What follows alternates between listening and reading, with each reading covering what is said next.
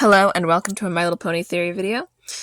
And keep in mind this video is not intended for children under the age of 13 years old, and if the comments are set up, it's because YouTube did it, not me. This is for the enjoyment of teen and adult fans. And there will be spoilers for My Little Pony Generations 4 and 5. Keep in mind this is just my opinion, it's not fact or canon, it's just a little theory I felt like talking about. And today I'm here to hopefully answer the question of what kind of universe My Little Pony runs on. A multiverse, maybe not, maybe so. But in short, I think it's a multiverse. And long, here's the evidence. We see parallel, pocket, and alternate universes all in this thing. Especially, this is mainly brought up by the Season 5 finale, Equestria Girls, and a few episodes of the show itself. The outside of finales and stuff. We have our prime. Our first piece of evidence is we have a prime universe. This is one main timeline that things seem to be spawned off of for other universes to be built from. And this is the main world that includes My Little Pony 4, Generation 4 and 5.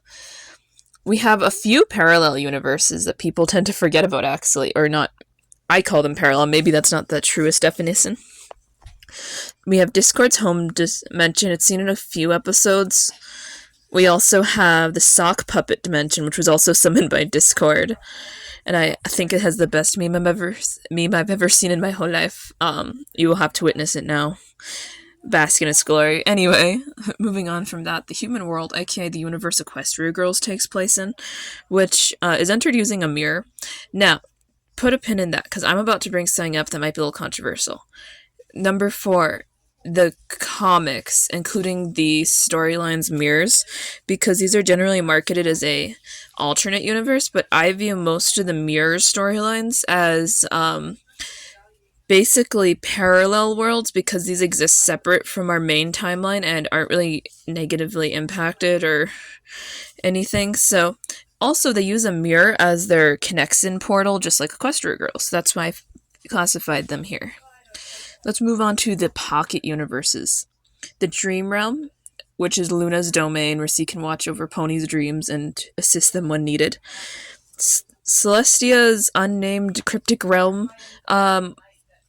We only see this once, to the best of my knowledge, and I think what it can do is summon Pony's memories from the waking world to be viewed. I don't really, and some of view it as more of a surveillance realm. I'm not entirely sure, to be honest, but I think this is heavily connected to the Dream Realm in both concept and design, probably because the sisters ran them and hypothetically created them.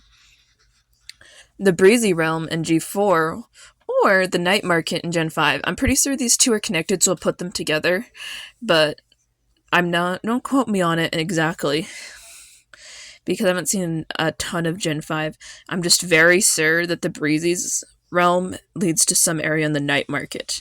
And these are summoned through Together trees, which are a portal type.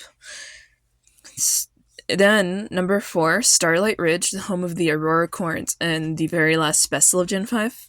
And this is also accessed through those Together trees. Now for the alternate timelines.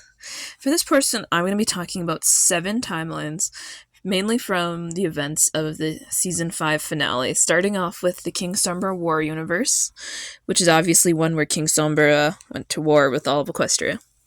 And then second one is the Changeling Takeover, where they have mostly overthrown Equestria and there's just one resistance. And then there's the one where Nightmare Moon remained undefeated and sent Celestia to the moon, which apparently is everyone's favorite in my poll. I did not expect that. By the way, I kind of thought that King Sombra or the Changelings would get more votes, but hey, it is what it is. The one where Discord takes control of Equestria, or I'm going to call it the Chaos Universe, because I think that's fun.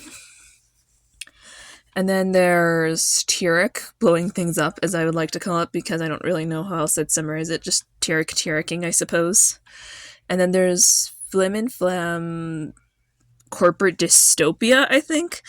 The irony of this one is Twilight said that each dimension's worse than the last, and that's like one of our last dimensions before we get to the last one. So she thought that Flim and Flam making a corporate dystopia and like logging was worse than Tyrek, hypothetically, and I don't know how to view that.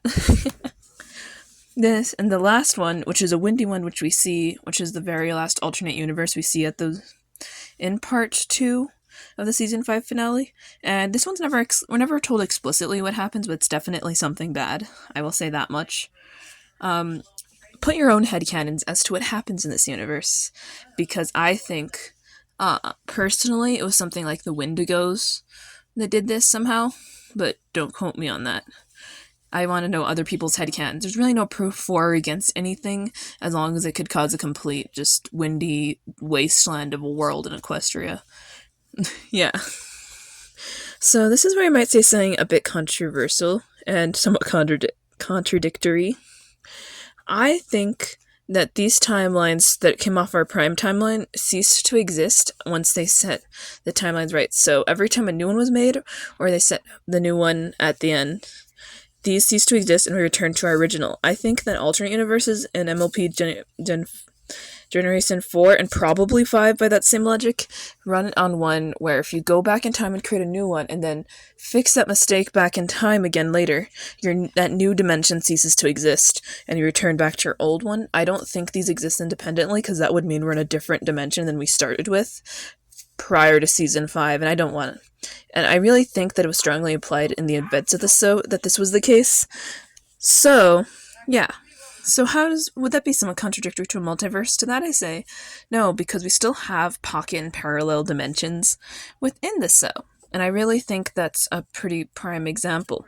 These exist regardless, they operate on their own, and that's why I say that. And that's also why I put the events of the Mirrors timeline in the parallel worlds, because I think these are parallel worlds that are more similar to the pony world than the other parallel worlds we witness in the show.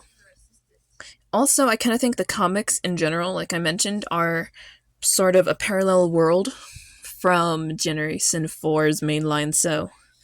And it's also possible to some extent, because some people have theorized this, that Generation 5 is a parallel world. I'm not so sure I believe that, I'm not gonna lie, but I do think it holds a lot of weight, potentially, that we're actually just viewing a parallel universe and not the main universe.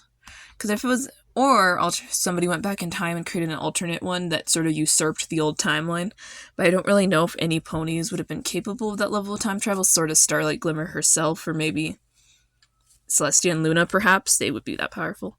I don't think Twilight would do it, even though she could hypothetically. So, that rounds things out. I hope you enjoyed this video.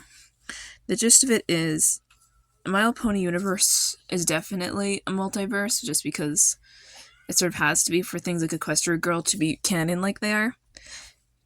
And I know, what do you think that 7th timeline Starlight made was?